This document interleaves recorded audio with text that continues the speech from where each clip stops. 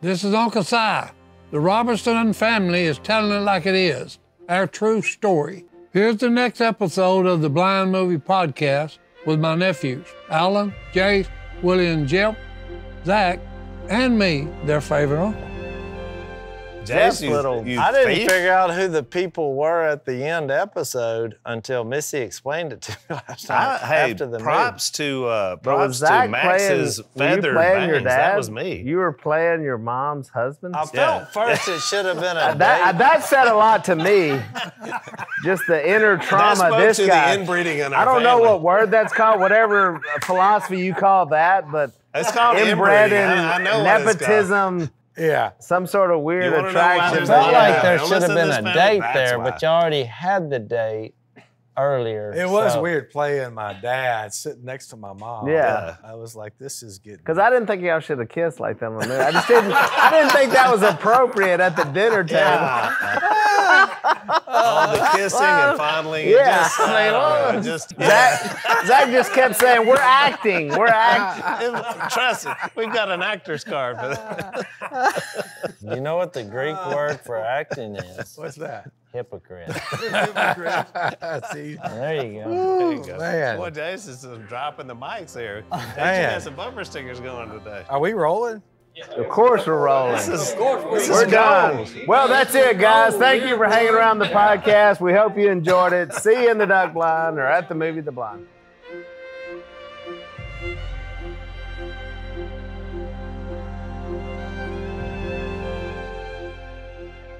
Well, here's where you messed up when you said, yeah, I'm going to do the next interview after Sadie. The bar was high. Well, Jase walks in and says, are you doing the interview? I said, yes. He says, oh, this is going to be fun. Welcome to the next episode. We're here talking about the Blind movie. And we got to watch it last night as a family. So now we're going to interview the four sons and Uncle Si. There's a lot of emotional scenes, a lot of fight scenes, and I know not all of you have early memories of it, but I thought maybe start with the sons.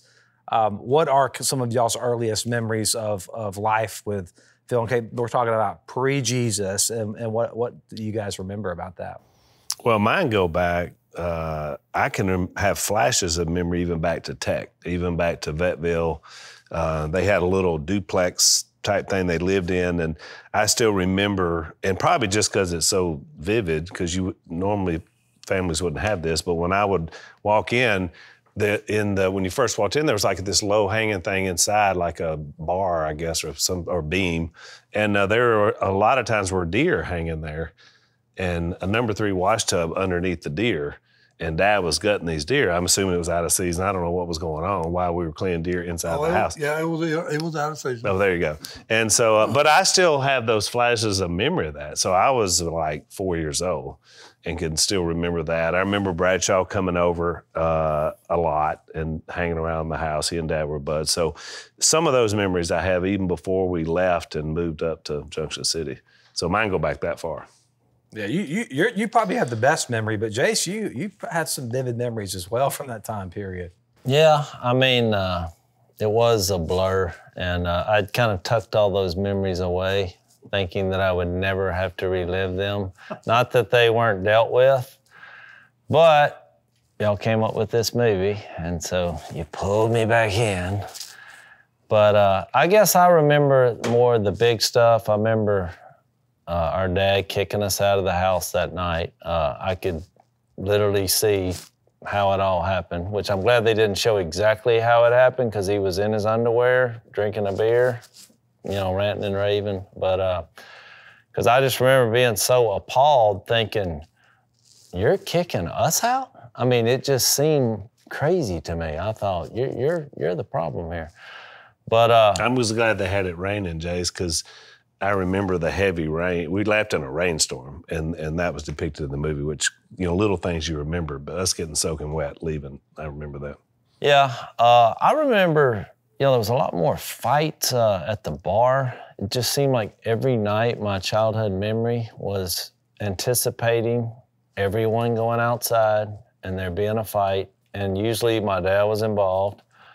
I remember he used to wear a gun belt with 2 pistols, you know, at the bar. So, it was a lot of, it's not something a kid should be exposed to, but I mean, that's where we were. So I was thankful, because one of the things that I remember, probably my earliest memory, it was not in the movie, but I was clothed one night at the trailer, which was right next to the bar, only with Charlie Brown stickers on my body. They call them color forms. They're little stickies, yeah. I had no clothes on except for the stickers. And my dad... I wouldn't even tell you where Linus was. Yeah. You don't want to know. And my dad, come in from the bar, and he just didn't like my attire. Who would? So I learned at that moment, just when confronted, to run. And so... But I was hoping that wouldn't make the cut, and it didn't. But no, we're laughing about it, but it was not pleasant memories. It was a time in my life where I kind of grew to be bitter and kind of became a loner. But the fantastic part about that is I got to see God's transforming power in living color. And I've always said that I didn't learn about God from the church. I learned it based on what I saw. But I was headed down the same road he was, because I found my peace in the outdoors. But I really wasn't concerned about a creator. So it was interesting when I saw the movie, how it hit me that I was kind of going down the same road. I was just thinking, I'm going to live out in the outdoors by myself, and I won't have any problems then. So, yeah. So later on, when I came to Christ, I just thought back to what had happened in his life. And I remember asking him the question, what exactly did you hear? And it was the same thing I was studying at 14. And so I just made a decision. I'm gonna have to ask the Lord for forgiveness, but I'm gonna have to simultaneously forgive my dad. Because even though that was long since after he came to the Lord, I was just still bitter about it. So it was a nice moment. And I had my dad baptize me in the river. So it kind of came full circle, and I lived the whole episode again. It was interesting when we did the interviews for the script. We came down and met with everybody and spent several days in the interview process. And yeah, it was pretty vivid, like reliving that. I think you get out of it, 50 years post conversion to Christ, post coming to Christ, changed lives, dead man gone, new man living with Phil. Conjuring up these memories I think it was painful for everybody involved. I was surprised by how difficult emotion, even for me to hear it and be a part of that, asking the questions. And with you, your interview, Jase, was probably one that stuck with me. I shared a couple things I'd never shared with anybody, and y'all actually ran one of the scenes in the movie, which was, I had talked my uncle because I wanted to see my dad, and he had been in the woods for months. And so, he carried me out there, and just the visual scene of seeing a man live in these conditions, no electricity, no shoes, there were piles of carcasses. He was just living off the land.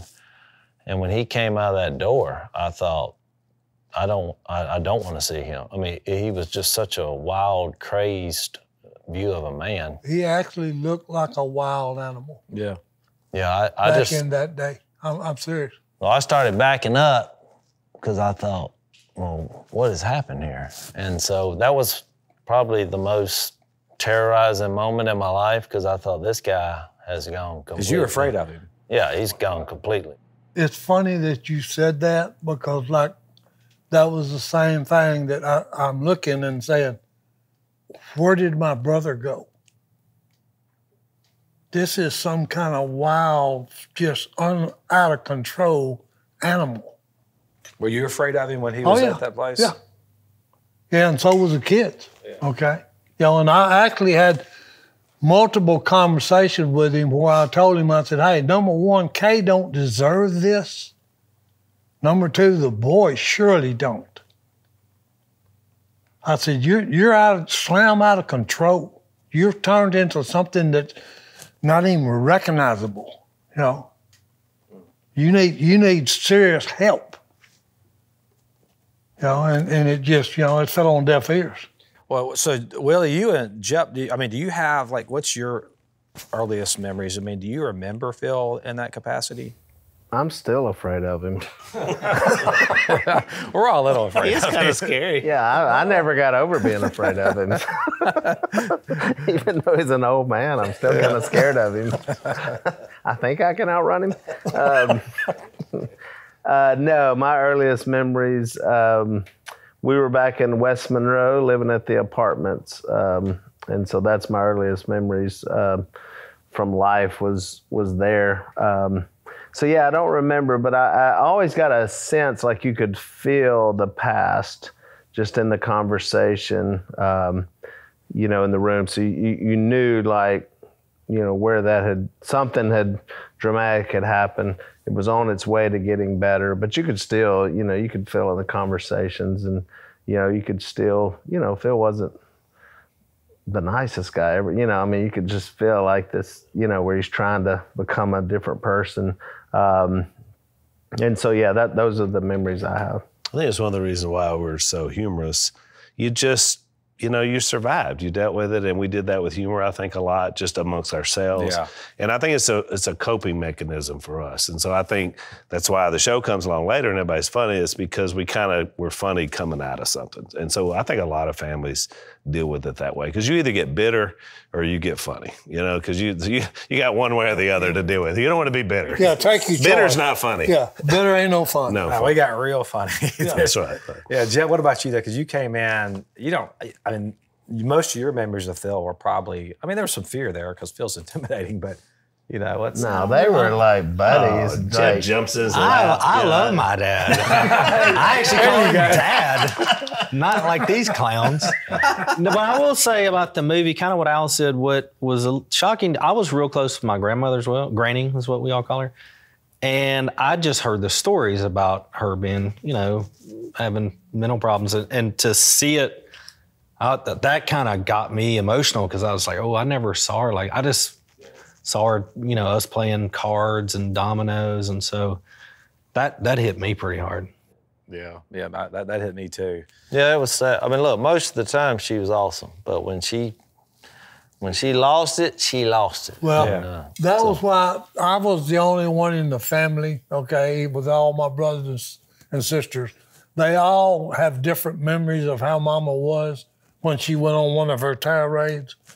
But I always said, well, hey, look, if you had to put up with James H. Robertson, my father, and then you had given that man 7 wild savages called kids, every once in a while I would probably say, I would probably do something, and Daddy would take her and put her in Pineville, the nut house. What's shooting a few Christmas lights out? What's the big deal over that? Who doesn't do that just to blow off steam? Yeah, you exactly. Don't do that, Right. Your grandma, This is Miss Kay. And Uncle Si. Thanks for checking out the Blind Movie Podcast. When you see this movie, you'll know that redemption isn't out of reach for any of us. Own the blind on digital today. Visit theblindmovie.com.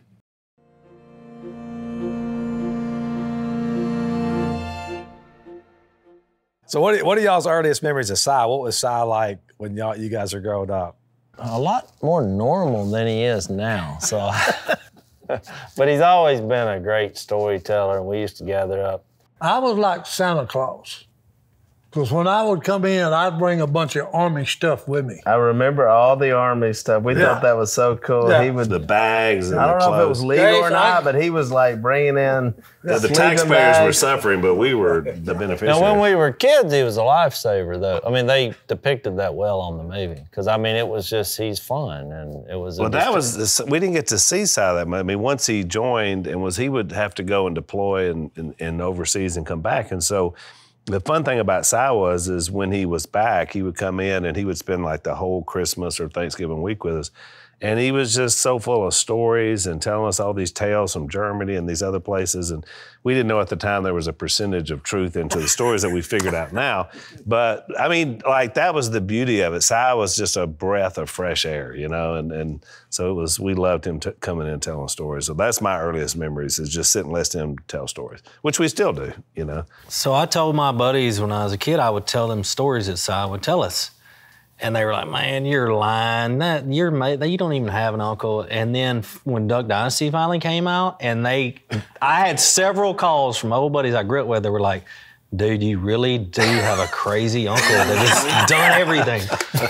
I remember stories of shoes you ran so fast, your shoes caught on fire. Yeah. There was one about that's when the coyotes got after him. A tire getting stolen off a vehicle while it was moving. Oh, no. Never got below 10 miles an hour. Yeah. Hey, look, here's the bad thing about that. There was 20 people sitting on top of them.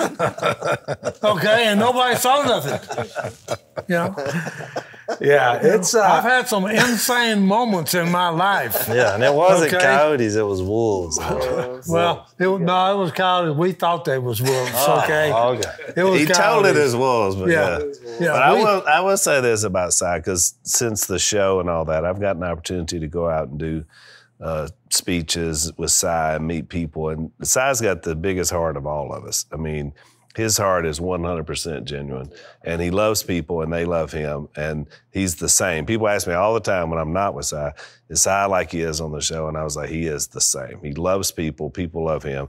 And so that's been fun now as adults to get to do stuff with Si, and especially get to do ministry with him. So it's a blessing. No, that's one of the reasons I need to tell this story. Willie he come by one day, and there was 20 people parked all in my yard, you know. And Willie said, hey, look, you need to come move in the gated community with us, or I'll put up a fence, I'll pay for it. I think the last part. Yeah. I think the last part. No, yeah. So I said, okay. So I bought another piece of property and had Clayton Holmes built me 2 homes. Okay, because Scott needed the one to live in, him and his wife. You needed an Unbeknownst to empire. me, all that. Unknown to him, okay. They put a fence around Scott's house first, okay? And they start on mine, and then when I got to the point I had a roundabout driveway, I said, wait a minute, I'm fixing to have to put 2 $30,000 gates on this stupid thing. No, you're done fence building. Get your stuff and move out. So look, the bill comes in to Duck Commander. For $30,000 for a fence. The secretary gets it and says, what do you need to look at it? He said, what is it? And she said, it's size fence around his house. He said, oh, just go ahead and pay it. And she said, no, you need to look at it. He kept putting her off. Finally, she just went over and grabbed him and said, look at this, you idiot. And then you heard the $30,000. Did you pay for it, Willie? Yeah, he paid for it. In my mind, I was thinking, close it off, though. It's just $100, like, a wooden, just a privacy along the highway, just so you couldn't see. And then he says, and I said, Si, you got me on that one. And it wasn't even for his place. It was for my cousin's place. House. And I went out there. It's the Taj Mahal of vinyl. Everything is lined. He is the king of So I told them, Willie's paying for it. So just whatever, literally wherever you put just put it up anywhere. And to this day, he still doesn't have a fence around. But it's indicative of our family. It's all the blind movie's about forgiveness, and I hope that Willie's forgiven. I know, because he come up to the next time I seen him. He said, "Hey, old man," he said, I ain't gonna ever do anything for you again. You got all of it in one thing. That's right. You got your shot, and that's all you're ever getting from me. Well, I made the 30 grand back on one big decision that this man did. First day we were filming, and we're all set up, and Si's got his teacup, and he likes to shake it. And the director come over and said, we keep trying to get that teacup from Si. He won't give it up. Will you tell him to take the teacup? So I walked over there, so I said, nah, I'm keeping my teacup. I said, he's keeping the teacup. And so they left it in the scene, and I sold $30,000 worth of those teacups. So it all evened out. Just to pay back for that fence. By you holding on to that teacup. I was wondering why you made that deal with that stupid teacup company. Getting that fence paid for. That's what we're doing. One big $30,000 vinyl fence, a plastic teacup, it all evened out. Oh, that's funny. Well, I mean, y'all lived a different type of life. In a lot of ways, it was really cool and beautiful. How did you prep because pretty much all your wives, except for you, Al, grew up in the city of West Monroe. They didn't grow up nearly in the same kind of lifestyle. How did you prep them for their first interaction with kind of the family, or did you prep them? Well, we didn't. Well, that's what I like about Duck Dynasty is everybody could resonate with the family. Everybody's got a crazy uncle. Everybody's got weird cousins from Florida who come in for the week. So it's like everybody can kind of feel part of that. We didn't think it was that strange. I mean, at least I didn't think it was that strange. I didn't either, but it was reactionary. Because the first time I brought Missy down there, we happened to we used to have these domino tournaments every night at winter stays. So no matter who's there. And it just became something I was used to. But the first time I brought Missy down, we played a domino tournament. Well, when we walked outside, she was like visibly upset. And I thought, what's wrong? And she's like, look, I can get some help for y'all, especially for your grandparents. And I was like, what do you mean help? She's like, I mean, they hate each other. I said, no, they love each other. What are you talking about? She's like, I mean, they were practically at each other's throat during that domino game. And I said, oh, no, that's just part of the game. She's like, but she was calling him terrible names. And I was like, that's part of the fun of the game. He cut her stuff, she's mad. So it was she just wasn't used to being around highly competitive people who were just ranting and raving, but nothing's personal. That's where we learned the term bullshavaki was from my granny. Oh, bullshavaki. Jase and I had to walk a thin line, though, because we couldn't be as rude as everybody. Well, I was, and my dad, he talked to me one day. Like we had to be respectful. Because they were all adults. So did you prep Lisa coming down the first time? So it's really interesting because the movie really depicts a lot of, now looking back, how I viewed it with Lisa's family and ours. Because, the movie kind of depicts Mom's family as being wealthy, but they weren't. They owned a store. I mean, we've been in businesses now. We realize, they were it's relative, right? It was very relative, and yet that's the way it was with Lisa. I mean, they lived up the road, and first time I went over, there's a brick house. And they both had these jobs in town. I thought, well, these people. This is a mansion. I mean, they got the money right here. Mansion. But that's all compared to because we had nothing. We were still fishing and all that. So it was interesting. I thought they had money, but they now, after marrying into Noah, they didn't have any more money than anybody else. Everybody was middle and lower middle class. So it's interesting because that's the way it was with Lisa. I thought she was uppity brick house girl. Yeah. How's she going to fit in on the river down here? But bottom line was we were all cut from the same cloth, so it didn't really matter. So I didn't have to prep her, as it turns out. I thought I did, but I didn't. Yeah. Jeff, what about you? You brought Jessica down the first time. It was funny when I met Jessica. This true story. She loves to tell it. I said, I'm Jeff Robertson. I was like, you probably heard of my dad, Phil Robertson, duck commander. She goes, no, never heard of him. I was like, well, does your dad hunt? She goes, yeah, he hunts all the time. I was like, never heard of the duck? She was like, nope. And when I brought her down there, she said, oh, yeah, this is just like my dad's camp on Darbone. Funny enough, then I went to that camp later, and it looked just like that in the film. Yeah. That old camper out there, she went to a camp like that and loved it. I mean, it was real ratty. And so she didn't mind at all. Like, she was like, oh, yeah, I get this. Well, you got to know, like 3 out of the 4 of us, when we asked the question, can we marry your daughter? The answer was absolutely not. So we were batting 25%. I don't know, Jet, were you? I don't know. No, he said, yeah. Okay, so we got, but we got one out of 4. The rest of us all said, no. No, you don't want to marry that family. There was years that went on that not one single person that came down there was not shared Jesus with. Yeah. Now every person that came down there, whether it was a delivery driver, the mail person, or just someone lost, And I think, to his credit, I think we were so out in the middle of nowhere, he assumed they were lost in more ways than one. Yeah. And the Lord must have sent them down there. And so he would take them in there. And so I remember that. Thousands of Bible studies.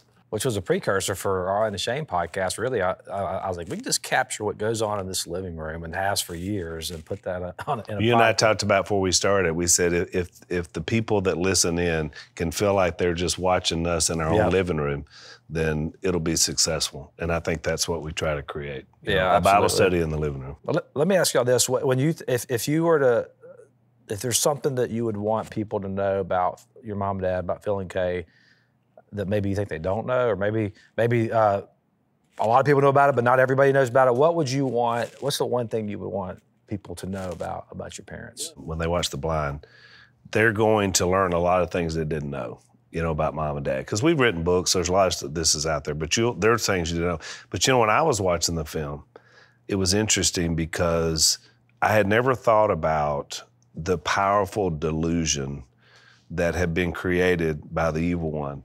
Because when Dad was convincing Mom to go to that bar, because, we were little, and so, you don't know the discussions. All of a sudden, we're just like, hey, we're moving to up here. But thinking back now and watching it in the film, I thought the film really does a good job with it. Dad was under such a delusion up by the evil one at that point in his life that seemed like a good idea. That, well, I'll be with my family. So we'll all be here together. We can all work in a bar together. And I just thought, man, I think about so many people that get trapped in delusions of the evil one and where they think something is a great idea, but it's really just a pathway to destruction.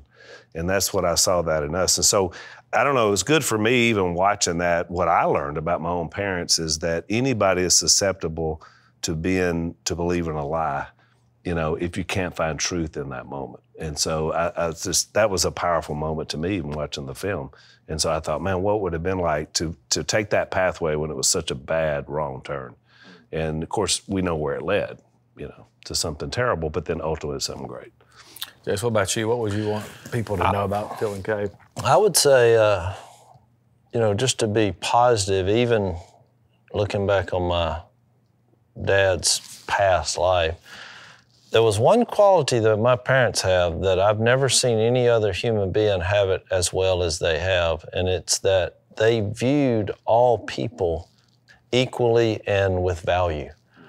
It was just something they've always done, and post-Jesus, the same thing continued, but there was just something that I'm really proud of. It made me realize that, later when I became an adult, I realized how divided our country is and people are. And I was kept away from that. They've always been a lover of people, no matter what they had or what they looked like or where they've been. That came from Mom and Dad, James H. Robertson and Merritt Robertson. Okay, and the other thing that always impressed me about Mama and Phil and Kay, their mirror images of them, is their hospitality. Mm-hmm. Yeah. Because Phil and Kay didn't have nothing. When they moved down on the river, and they had 4 kids to raise. And there was always, I can't remember a time that wasn't always someone extra feet on the table. Yeah. And all Phil would do was just go get more catfish. And fry it up. The food was always great. Well, we were talking about, even when y'all poor. To Si's point, Granny, which I thought was silly when I was a kid, she would always have a plate. She would set a plate out, and I was like, why does she do this, And she was like, well, if a stranger comes. Yep, somebody may show up. And then, I remember when, one night a stranger showed up, and I thought, well, she was right the whole time. Because I asked her the same thing, Jason. She said, well, we used to live on a railroad track right next to one. Her mom. Hobos. And she said there would always be people come by needing food. And she learned that from her mother. They passed that down the train lines, train tracks. You could always get a meal there. In Dixie, Louisiana, you can stop at this house. Yep. And she'll always feed you. Yep.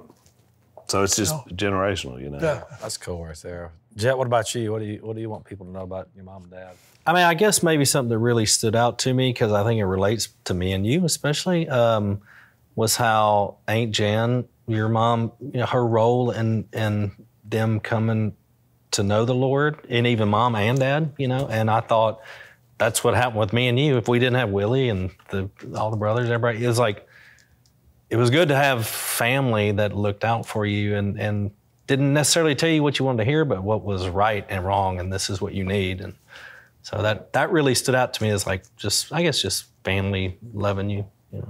That's good. That's a great point. I have a couple of observations. One that I think the film certainly wasn't able to depict, but what I think everyone should know was Phil was such a great salesman. Like, I'll take the business lane of this. He was always really good and passionate about selling things. And I think what Al described as the delusion, which I think is true, but it was actually something that was kind of neat about Phil, was that I think what he got into, he figured out, he was like, oh, I can do this for a business. So he liked to drink and party and hang out, so let's have a bar and I'll make money off of, because it's not that different than the passion of duck calls and ducks and loving to hunt. It's really the same thing. And he would even cook there, like kill game and stuff, and then cook it and sell it. So you're right. He had an operation. He was building his community. It was certainly worldly and awful, but he was building that community around. So he was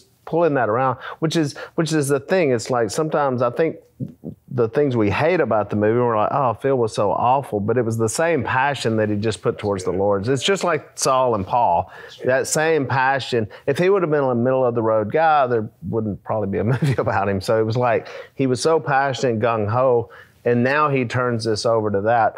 But I think when he went into business, what I can remember, a lot of my early memories was not, I'll get to the duck calls, but it was actually selling the fish. Like how he could sell fish, because we went to the markets. If they took them, it was easy. But if they didn't take them, then you had to sell them. There's always people coming down to buy fish from us because when those nets came in, and watching him sell fish was just amazing. To all different types of people, education level, and he would find wherever you were at. I'll never forget, he was selling these German carp, which is pretty much the trashiest fish ever. And I remember these guys were looking, going, what are those fish? What is that? And they were unsure about what they are. And Phil just changed the name. He didn't call them a German carp, which sounds awful. He said, boys, that's the golden buffalo. That's the pride of the Washita River. He said, oh, they swim. Everybody's following that golden buffalo. And like by the end, you're like, man, that thing's amazing. They bought all these German carp. It's all about the presentation. I mean, it was genius. It was a presentation. And so I was watching that going, wow, because we were like, we're never going to sell these. And then Phil sold these things. I was like, that's genius on how he did that. He was probably winking at y'all the whole time. Oh, he was like, yeah. He was like, don't say a word. I got this. I got this, boy. No, I have to jump in because we caught the biggest alligator gar one time, but he had turned. And what that means is he's no longer fit for sale, but it was like there's a picture somewhere out there. Yeah, he's hanging from the Jeep. It was almost 7 foot tall, 140 pounds. 150 pounds, looked like an alligator. And I just remember him saying, because we had somebody coming down to look at it, and he said, no matter what you do, don't open up that gill plate. Because that's what we'd always do. We'd be like, look, fresh. These are fresh. But he told me right there, it's like, no matter what I say, do not reveal the gill plate. And that man sold that alligator gar for almost $100. So I think the fact that he was so good at selling stuff, then I watched that when he sold the duck calls. Because he had these little calls, and he would come up with these little things. Remember, he had the FBI, he had the friend that was in law enforcement that tested the noise that sounded more like a duck than anything, and he would play the little recordings. He would like hit the table and be like, listen to this. FBI tested. FBI tested. So voice analyzed it. Yeah, voice analyzed, FBI tested, right. And this was all Phil's little, how he would play that. He would have that aquarium. Remember, he would take and he would set it up and he would dip that thing and say, you boys ever drop your calls in the water? And I was like, yeah. And he'd be like, do it, shake it 2 times and blow it, And so it was just amazing. And then how he he had these ideas to come up with these videos but they were so like he loved like Outlaw Josie Wells and all these Clint Eastwood movies. So the videos were like irreverent and in your face and like spitting and like if he could have fought, he would have fought. I think, but he was building this brand and he didn't realize the brand he was actually building, but it was so genius about it. Wasn't like anybody was telling him this. It wasn't like there was a marketing consultant. No. Phil was just coming up with these things. And so watching that, I think that's where we got a lot of what we did in business, even on the show and telling stories, obviously telling stories and around that dinner table. And so I think that's one thing I think they don't realize that how kind of smart visionary he was with that as far as building that brand and pushing it. And thankfully he kept it and was content. I always appreciate his content where he had what he wanted. We were fine. And then it gave us a chance to kind of catch up to where we got old enough to say, hey, let's take the business and we can take what you've built, because he did all the heavy lifting, and then take it to that next level. Because he come up with all the ideas, okay, of all the different ducks and all the different sounds. He would be out in the wild listening, and then he would have something like one of the boys had a toy going around making noises. He took that and turned it into a three duck whistle, okay? The wood duck, same thing. He figured out how to do that. Then he come up with the Mallard Drake call, okay? And it was all from being in creation. That's why it's kind of so weird that here's a man that wants to spend his time only in creation, but he has no idea about the creator. You know, that's one of them funny oxymorons, I think is what you call it. You know, and then finally, when you bring the two together, or I should say bring all three of them together, then it changes his life completely.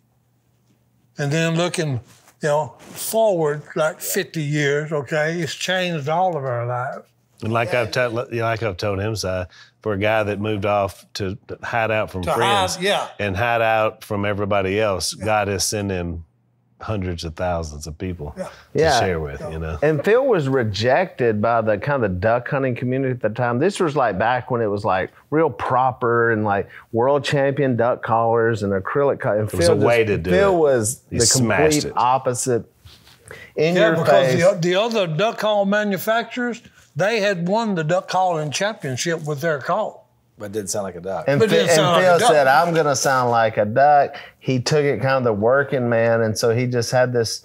So it was really hard, I'm sure, for him, because nobody was there going, we loved it. You know, everybody in the industry was like, no. Remember they ran him out of Stuttgart, out of the store. Yeah. They're like, you can take that. Let me know how that goes. You know, and he even tried to sell it to the ones that were king in the duck calling business. Okay, he said, well, I'll just sell you my patent. Well, you know, they just, we don't want that stupid thing. Sure. You know, then it made him mad, and he said, okay, you're going to be that way? Well, then I'll build my own. Kind of like that Toby Keith song, How Do You Like Me Now? Yeah, How Do You Like Me Now? Yeah, that's incredible. We hope you guys will check out the Blind movie. We really believe it's a story of redemption that nobody's gone too far. Nobody has gone too far beyond the scope of the atoning sacrifice of Jesus. And that's what this movie's about, just to really tell that story and to show it in a real visceral form of how God can take the most broken of people and not just heal and redeem, but restore beyond any of our wildest imaginations. So I want to thank you guys for being here. Thank you guys for sitting in and letting me pick your brain for a little bit.